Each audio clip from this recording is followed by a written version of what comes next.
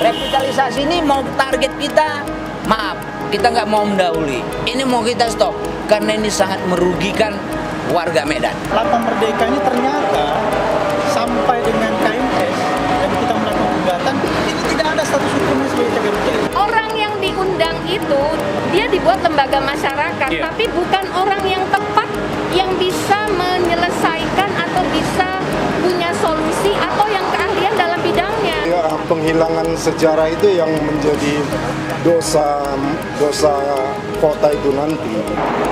Ya saudara, revitalisasi lapangan Merdeka mendapat kritik dari Koalisi Masyarakat Sipil Medan Sumatera Utara karena menganggap revitalisasi yang dilakukan dapat merusak esensi cagar budaya tersebut. Apa alasan dari Koalisi Masyarakat Medan Sumatera Utara melakukan kritikan tersebut? Kami akan merangkumnya dalam program eksklusif Aktual Channel. Saya Prasetyo.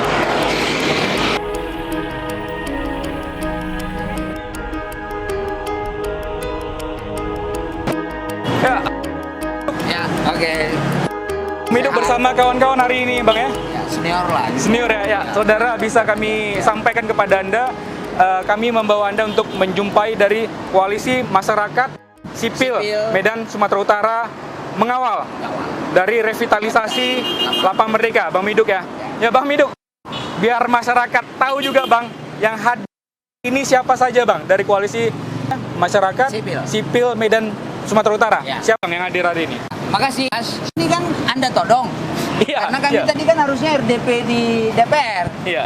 Tapi kemudian sayang sekali karena kabar burung kita turun sendiri. Harusnya kita bertahan aja. Kita mendengar dari yang resminya sebenarnya. Siapa yang membatalkan itu? Tapi karena senior-senior tadi sudah dibawa, kita harus ikut, gitu kan? Itu yang pertama. Ternyata Mas Pras ambil kesempatan dan kami terima kasih hari ini dan rupanya ada mau menanya tentang ini. Kami kebetulan di sini ada Ibu Mutia Padilla, kemudian ada Ibu Evi, ada Pak Kadafi, Bang Red, ada Togu Sinambela, ada teman-teman juga yang junior-junior lah, supaya regenerasi gitu. Ya. Aku Miduk. Bang Miduk. Ya, baik, Bang. Kita kalau berbicara Lapang Merdeka sebenarnya kasusnya sudah lama, Bang ya. Ya. Dan sampai sekarang ini akan dilakukan revitalisasi.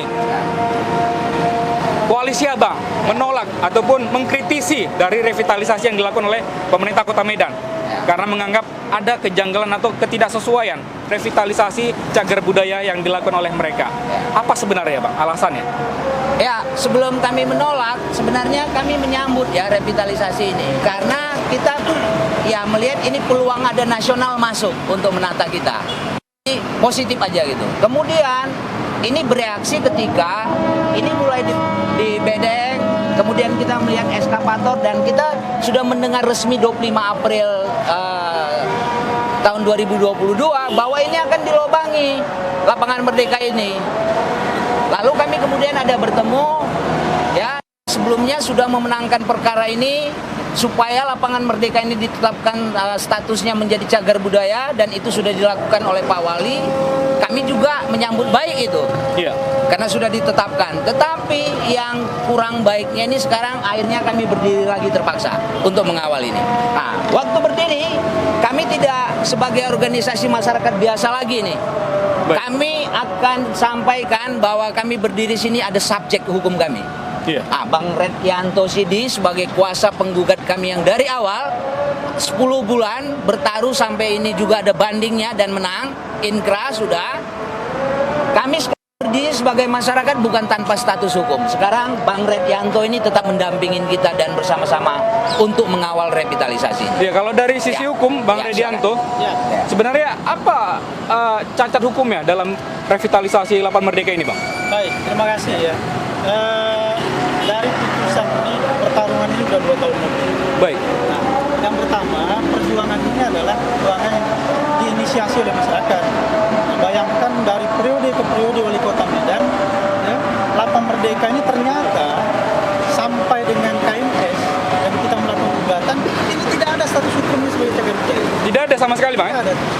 Akhirnya KMS bersama-sama semuanya dan masyarakat mengajukan gugatan. Nah, di situ baru ketahuan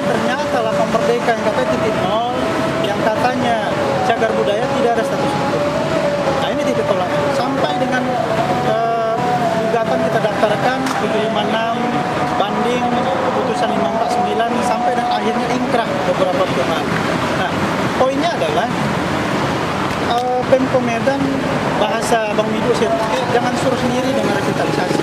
Masyarakat yang melakukan revitalisasi, tapi tentu dengan tata cara yang diatur dalam undang-undang cagar budaya. Atau itu harus dulu ada adaptif, penyesuaian dulu, lihat ini apakah memang harus dilakukan revitalisasi seperti apa.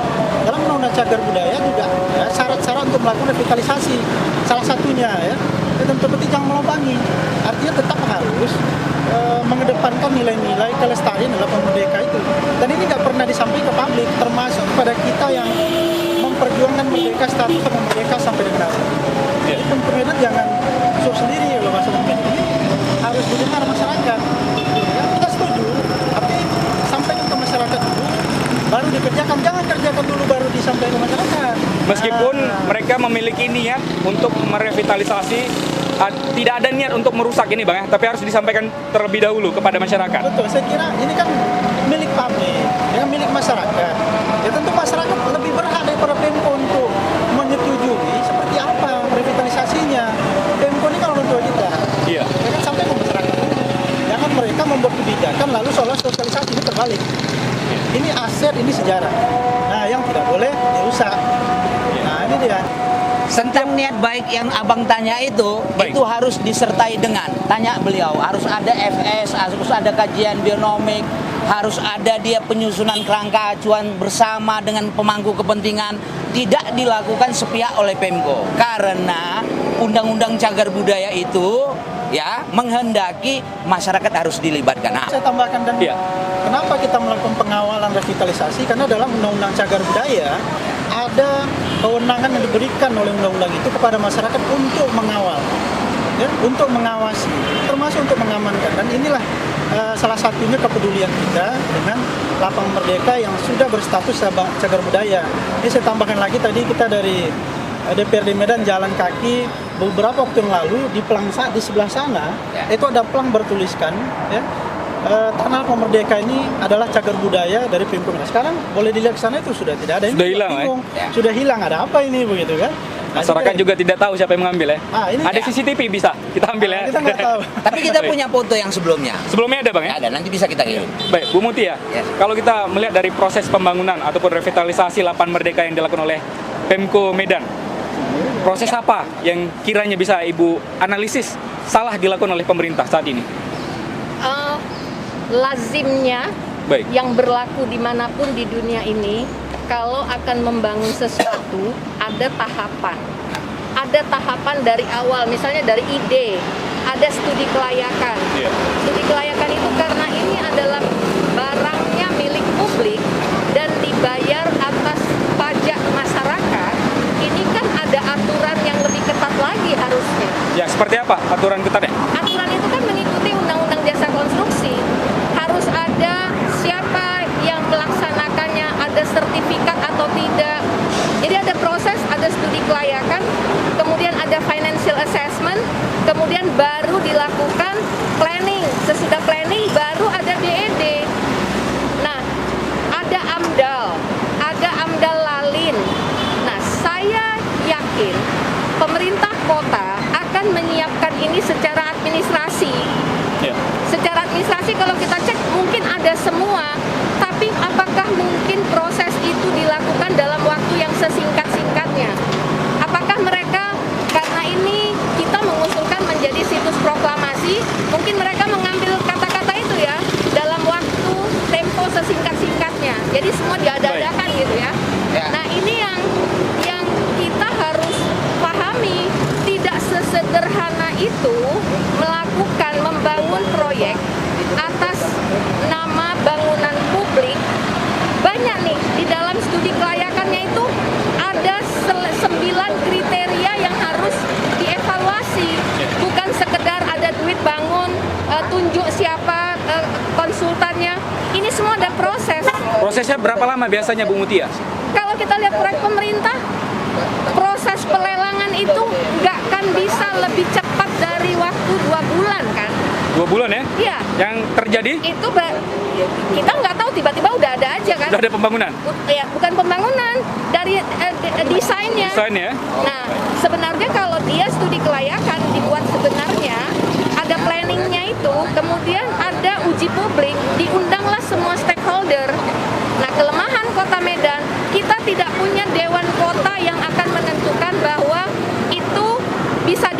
atau tidak harus dilihat ada heritage. Mungkin ada tim yang mereka buat, tetapi tidak bisa tim yang di sini saja. Kenapa tidak dilibatkan yang lain? Kalau begitu kan sepihak, ya kan? Timnya hanya dari Pemko saja, Bu? Ya. Tidak dari masyarakat ya? Tidak. ada perwakilan Tidak. sampai sekarang? Tidak ada. Lalu ketika, Bang Mido, ketika koalisi masyarakat sipil Medan Sumatera Utara mengawal revitalisasi Lapangan Merdeka ini, membuat sebuah statement di media, lalu melakukan pergerakan, adakah dihubungin oleh pihak Pemko Medan? Oh, ya. Kan Pemko menjawab tidak sepihak karena dia sudah ngundang koalisi di FGD ketiga. Iya. Tetapi di FGD ketiga itu Pemko itu tidak memberikan ada satu kerangka acuan kerja yang tentang revitalisasi. Kapan itu, Bang? 25 April. 25 April. Ya. Lalu yang dibahas? Itu hanya melihat, kita dimintanya lihat-lihat apa konsep desainnya itu. Kata anak Medannya tengok-tengok aja, Bang, ya? Tengok-tengok aja, kita pun Baik. nggak ada dikasih bahannya, mana yang kita periksa, emangnya kita dewa. Iya. Ya kan, nengok-nengok itu hanya yang ada di dia, nggak ada bahan di kita. Itu nggak FGD namanya. Baik. Nah, itu dia anggap secara administrasi dia udah penuh ini partisipasi masyarakat ini gitu loh. Dan tidak ada waktu ataupun kesempatan untuk memberikan saran. Ada tapi ya? kan gimana mengetahui sesuatu benar atau salah sesuai kalau kau tidak tahu ukuran sebelumnya. Baik. Kau di sidang misalkan, ya kan, diuji waktu kau ngambil skripsi, kau kan harus lihat apa yang diuji, apa lingkupnya, ya kan, sehingga yang diuji itu kita tahu.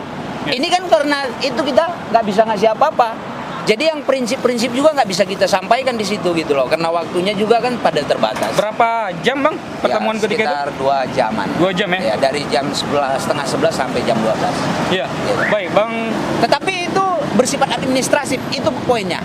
Makanya makanya saya sebutkan tadi, Cacat. secara Proses. administrasi mereka akan penuhi. Adakah partisipasi publik? Ada. Siapa yang diundangnya adalah tanda tangan orang mewakili siapa-siapa. Tapi bukan orang yang tepat yang dihadirkan, bukan orang yang ahli yang dihadirkan.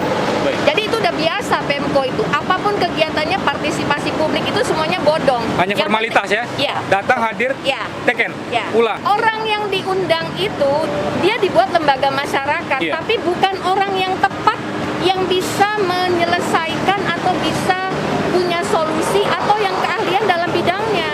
Iya. Nah, ahli-ahli yang mereka undang adalah orang-orang yang sudah sejalan dengan mereka.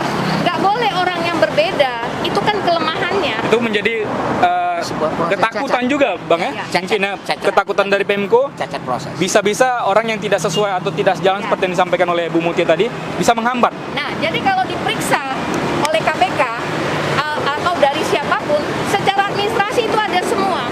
Akan mereka penuhi. Kan pemeriksaan kita biasanya udah selesai baru diperiksa kan? Iya. Dokumennya dikasih semua, ada. Lengkap semua, Bu? Lengkap. Iya. Tapi apakah isinya? Saya tahu. Misalnya AMDALnya 3 hari harus disahkan oleh tim ahli. Disahkan. Disahkan. Jadi hal-hal seperti itu yang kita kritisi gitu. Baik, kita ke Bang Togu. Bang Togu, kalau kita melihat dari sejarah, panjang sekali sejarah Lapangan Merdeka ini, Bang Togu ya. Ya, Kalau dari masa Belanda, namanya dulu bukan Lapangan Merdeka ya, ya, Esplanade. Lespan. Manade, Lalu di zaman Jepang, Kurai. lalu beralihlah nama itu ketika kemerdekaan itu Ya. menjadi Lapangan Merdeka. Ya. Ada sekitar Ya. 4,88 hektar. Lapangan Merdeka. 175 ujung timur itu ke barat, 275 dari utara ke selatan sana. Baik, Ya, silakan. Bang Togu, seperti apa Bang Togu menggambarkan kisah itu sampai saat ini Pemko ingin atau mencabut sejarah-sejarah yang pernah dibuat di Lapangan Merdeka ini, Bang Togu? ya itu tadi penghilangan sejarah itu yang menjadi dosa kota itu nanti. Nah, dari perjalanan yang ada Lapangan Merdeka ini, dia sudah pernah melahirkan di sini Festival Budaya Melayu, terus ada Dramben 17-an, terus dipakai orang latihan musik, dipakai seniman pelukis untuk ruang dia duduk melihat objek sekitarnya gitu. Jadi ketika ini mulai di pagar ini aja kami sudah bingung ketika mau melukis tengah kota Medan. Yeah. Kami mau dari mana sisi melihatnya? Jadi Ya, dosa itu sama juga dengan cacat tadi itu, dosa. Nanti kan dosa diterjemahkan ke bahasa hukum nih. iya. Ya. Bang Ridianto, koalisi yang tergerak hari ini sudah menang melakukan perlawanan secara hukum di pengadilan negeri dan menetapkan ini adalah cagar budaya.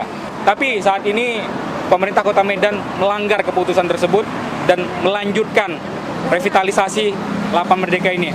Nah, apa kira-kira yang ingin dilakukan oleh koalisi masyarakat sipil Medan, Sumatera Utara? Terkait dengan langkah apa yang akan kita lakukan saat ini, kita sudah berdiskusi tadi dengan Prof. Jamin. Kita akan masuk kepada langkah-langkah yang lain, tapi kita prioritaskan ini status keperdataan tanah Lapang Merdeka ini. Nah, kita akan berangkat dari situ. Ya, bagaimana perlakuan terhadap tanah Lapang Merdeka yang statusnya merupakan cagar budaya. Nah, ini kita akan masuk ke situ di samping langkah-langkah administratif lainnya, melakukan surat kepada kementerian terkait, termasuk juga bila diperlukan ke Presiden, ya, kita melakukan keberatan dan protes atas revitalisasi yang menurut kita prosesnya sebagaimana disampaikan Bu Mutia tadi, ada hal yang tidak lazim yang Bu Mutia, karena memang kita tidak diberi informasi selaku penggugat, ya, cagar budaya dalam gugatan konstitusi. Dan saya kira yang terpenting sebenarnya adalah penjelasan dari Pemko Medan sendiri. Pemko Medan dengan bungkam kita ini masyarakat, ya, yang bertanya. Ya, kan? Kalau tidak diberikan jawaban, kita akan mencari jawaban kepada pihak-pihak yang mempunyai legitimasi untuk menjelaskan itu. Ya. Nah, kita akan melangkah ke sana. Jika diperlukan, kita melihat ada potensi hukum yang lebih dalam, maka kita melakukan langkah-langkah diperlukan dengan perbuatan melawan hukum lainnya kepada Pemko Medan atas perlakuannya terhadap status Lapang Merdeka yang sudah menjadi cagar budaya. Ya, tadi ada informasi juga yang kami terima dari Abang, ada pelang yang bertuliskan cagar budaya itu telah dicabut. Lalu ini termasuk dalam gugatan juga nanti ke depan? Ya, saya kira Pemko jelaskan dulu apakah memang dulu yang meletakkan ini, saya ingat kita setahu kita adalah Pemko, ya, Pemko. Sekarang kita belum tahu yang mencabut ini siapa. Ya. Nah, kalau Pemko juga kenapa dia cabut? Apa masalahnya dengan pelang itu?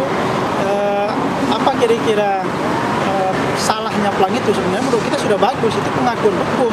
Tambah lagi dengan gugatan kita, pengakuan berdasarkan SK 33 Wali Kota Medan tentang Lapang Merdeka ini cagar budaya, apa dicabut? Ya kan? Atau saya kira mungkin mau diperbesar mungkin kayaknya. Ada informasi seperti itu, Bang? Enggak, ini apa hanya dugaan saja ya? Dugaan saya saja. Ya mungkin mau diperbesar saja mungkin, ya kan? Atau mungkin ada dugaan lain ya untuk supaya masyarakat tidak membaca, tidak lagi mengetahui ini adalah status cagar budaya, bisa saja namanya kita menduga. Tapi silakanlah Pemko Medan yang menjelaskan. Ya, baik, Pak Mido. Ya. Masyarakat ini ada yang peduli, ada juga yang tidak peduli dengan Ya. kondisi Lapang Merdeka saat ini. Ya. Bahkan ketika belum direvitalisasi, duluan sempat juga masyarakat melihat di pinggiran Lapang Merdeka banyak berjejer restoran, Ya. tempat lokasi nongkrong anak muda, atau di setiap malam, Bang, ya. Kalau tiap malam ramai. Ya.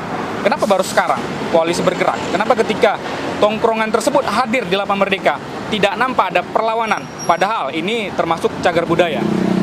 Jadi, ini kan sekarang sudah ditutup. Kita pikir ini kan tadi ini diperlakukan sebagaimana dia status yang baru sebagai cagar budaya itu. Ya kan? Ternyata Pemko itu melakukan yang pengembangan-pengembangan yang kita anggap menyalahi.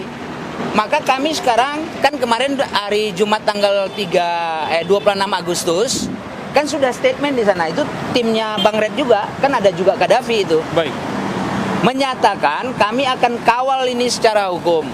Ada litigasi dan ada non litigasinya. Litigasinya itu tetap ini ada dari LBH Humaniora yang akan berdiri mendampingin kita.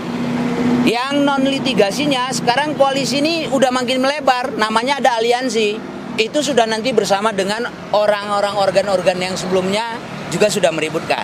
Baik. Dan kita sudah 2 kali pertemuan di sini. Nanti hari Sabtu kita akan pasang kembali di sana tentang cagar budaya itu dan kita akan tunjukkan, kita akan nanti itu sudah bersama aliansi dia. Baik. Artinya kita akan terus kawal ini non litigasinya dengan siapa yang mau terlibat. Baik. Ya. Baik, terakhir Bang Mido. Ya. Kalau seandainya Ya. ini tidak dikawal Ya. sampai akhir proses dari pembangunan ataupun revitalisasi Lapang Merdeka, apa yang akan terjadi? Terima kasih.